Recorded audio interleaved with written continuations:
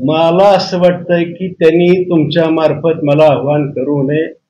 मी त्यांचा पालक आहे असं मी मानतो.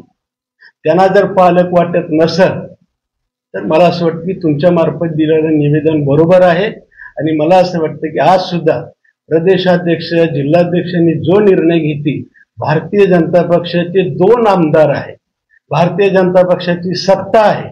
तुम्हाला जर मुख्यमंत्री महोदयांनी काँग्रेस बरोबर चंद्रशेखर बावनकुळे साहेब अध्यक्ष प्रदेशाध्यक्ष त्यांनी जर तुम्हाला काँग्रेस बरोबर जायला सांगितलं असेल तो निरोप तो संदेश मी ग्राह्य धरतो.